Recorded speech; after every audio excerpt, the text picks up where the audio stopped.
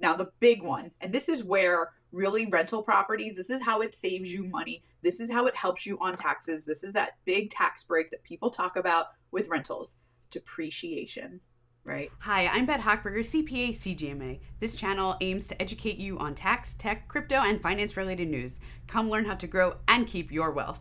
We're going to talk about how to maximize your rental income for your taxes.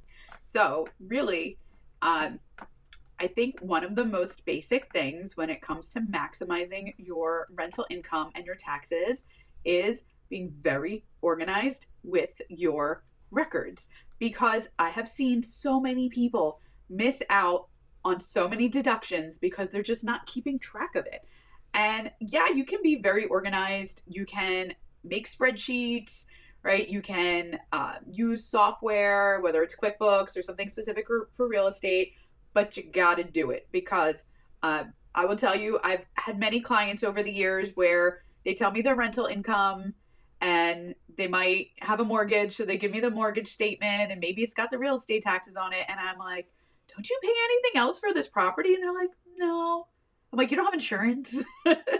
You don't have maybe like lawyer fees, accountant fees, pest, lawn, like all these things. And then they're like, oh yeah, oh yeah, oh yeah. So if I didn't prompt them and I didn't remind them, they would have missed out on all of those deductions. So that's going to be really your biggest thing. That is step one. If you're not capturing all of your deductions, right? Repairs and maintenance, every little dime, penny that you put into that rental property, then you're really missing out. And it's going to negatively impact you as far as your taxes. So what are some of those expenses? Well, I listed a couple, but mortgage interest, right? And this is a big one. It's just the interest, guys.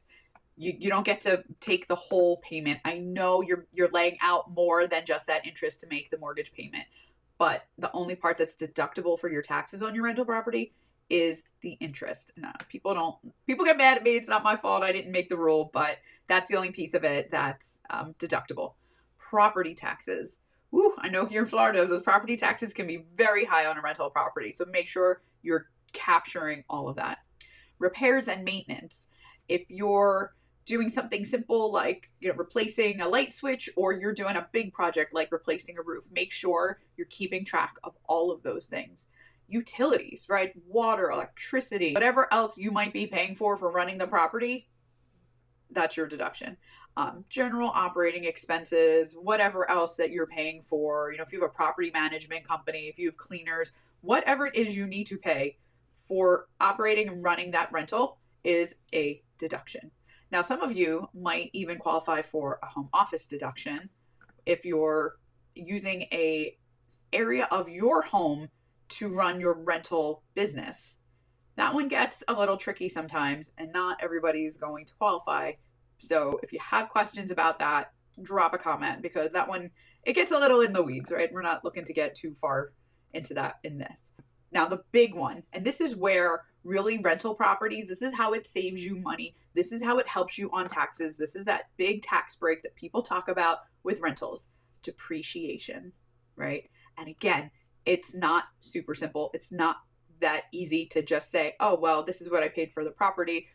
That might not really be your cost basis and you might be missing out. So it's really important to work with an accountant, CPA, somebody who knows how to calculate the adjusted basis of your property so that you get the full benefit of owning that rental for your taxes. It's super important.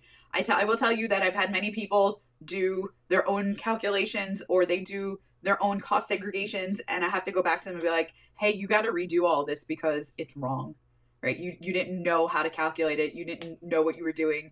You thought you were just going to DIY, and it's wrong, and you got to go back and do it again. So do it right the first time, right? Why go through all that hassle of doing it, being told you did it wrong, and having to do it again? Do it right the first time. Save yourself a lot of money and heartache. Now, when you're dealing with real estate and you're dealing with rental properties, there are different ways that the properties can be, I'm going to call it bucketed, right? They can fall into different buckets. Not every real estate activity that every person does is going to be able, if it's generating losses, it's not necessarily going to be able to offset other income, right? So if you're like, hey, I bought a long-term rental, I saw an infomercial somewhere and it said get rich with real estate, so I bought this long-term rental and I have a loss. Why isn't it showing up on my tax return? Well, that's probably because it's a passive activity. And a lot of the real estate that you're going to invest in, for most normal people that have W-2s and it's not the main thing that they're doing, it's often going to be passive, which means likely you're not going to see a lot of tax benefit from it. It's the reality. People don't like that answer, but it's the truth, and I'd rather you know the truth, is that for a lot of folks, if you're doing a long-term rental, it's probably passive, meaning if you're generating a big loss like in the first year or two, you're probably not offsetting other income unless your overall income is low, right? There's very specific scenarios where it might offset some of your other income and some of it is allowable. But for most of the clients that we deal with, their income is too high for passive real estate losses to give them any benefit. But that doesn't mean you shouldn't invest in real estate, right? There's other ways that there's benefit for you. For example, you are hopefully cash flowing for almost nothing, right? You bought a property, you're hopefully covering your costs each month, and you're paying zero tax on that, as the value of the property itself is inherently increasing because over time property values rise in general, right? Now, short-term rental, whole different world, right? Short-term rentals have the ability to offset your regular income. And we use this as a tax strategy with a lot of our clients. If you're a high earner on a W-2, right? This is one of my favorite tax strategies, is to get you into a short-term rental because A, you get the benefit of you buying an income producing asset, and B, we can offset your W-2 wages with losses from that rental property. But again, you have to do it the right way. You can't just buy it and say, well, now I've got a property manager and I don't really think about it. I'm not really involved. I don't do anything. No, it's not going to work. You're going to get stuck back in that passive category, right? So there's some qualifications, right? And maybe we'll go into that in a different video.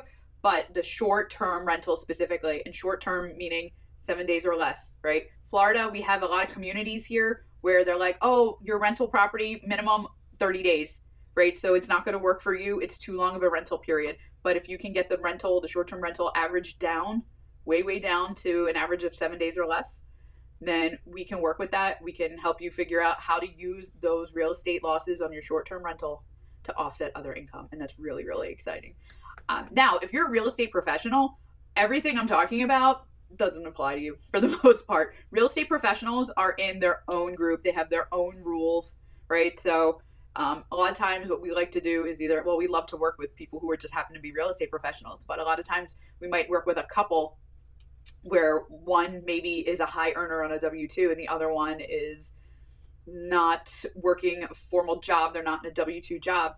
And we get them qualified as a real estate professional so that we can use a lot of these real estate tactics without having to limit it to just short-term rentals. So there's some really cool tax planning things that we can do for couples and for individuals, right? There's a lot of stuff. It just changes. Your specific scenario is going to dictate how this is going to work. But again, it's they call it personal finance because it's personal, right? So if you're into real estate, if you've got those long-term rentals and you're generating passive losses, the best thing I can tell you, my best advice is figure out something that can generate some passive income, and they'll net each other out and they'll zero out. Otherwise, when you sell the property, in the year that you sell a passive investment, any built up losses become non-passive that year and can offset. But real estate, you're generally not selling it every year, so it's going to take a while. But we've got ways of sucking up those those passive losses if that's in the situation you find yourself in. But just to summarize, real estate, rental properties, fantastic way to either kind of, I'm going to say shelter. It's not a real shelter. It's not a real tax shelter, so I'm air quoting, shelter your income by making sure you capture all of your expenses. Make sure you're maximizing your depreciation. Use a professional to help you calculate that. Don't try to DIY it. It's not that easy. And if you're long-term, rental property, you're probably a passive activity. If you need that to offset W-2s and other kinds of income, you're looking at short-term rentals, but you got to do it the right way, right? Not all real estate's created equal. Not everyone's participation in real estate is the same, and not all tax treatment's the same. So if you have any questions after that, and I hope you do, because that was a lot of information coming at you really fast, and it's confusing. It really is. It's not the simplest area. Please, please, please get in touch with us. Hop on the calendar, schedule with our office. Happy to talk to you about your specific situation and how you can maximize and optimize your rental property taxes. And we'll see you next time, guys. Thanks. Thank you for sticking around. I hope you learned something new. Please leave a comment, like, and subscribe to my channel if you want to continue improving your tax and financial literacy. Bye.